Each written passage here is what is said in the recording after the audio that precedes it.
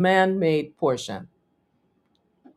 But that sovereignty that is coming forth with sacred intention that honors our role and our place and the responsibilities that come with that role and that place as humans. I don't always agree, none of us do, I'm sure, with everything that some of our brothers and sisters may say or their perceptions on how things should be done. However, one thing I've learned is that you listen, you use silence as a tool of engagement, support, and honor.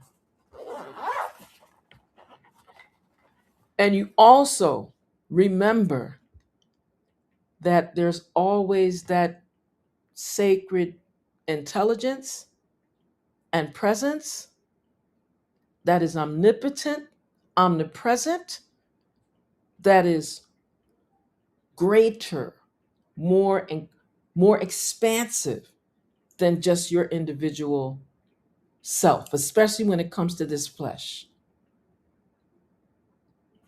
I had to catch myself just in hearing some of the horrific actions that humans are engaged in the earth plane at this particular time, in this particular iteration of our existence. Things that persons are doing to children, infants,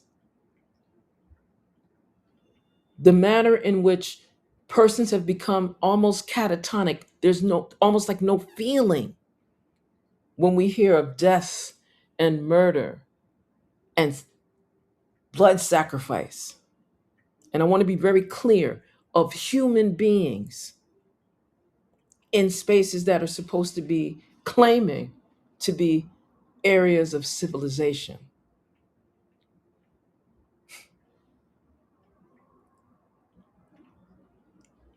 I also know that some of these things are surfacing as people speak of the last days, Armageddon, the apocalyptic nature of humanity's disrespect, disregard, and disharmony when it comes to honoring sacred ancestral light and that of the wisdom that has been gifted through the lens of spiritual systems.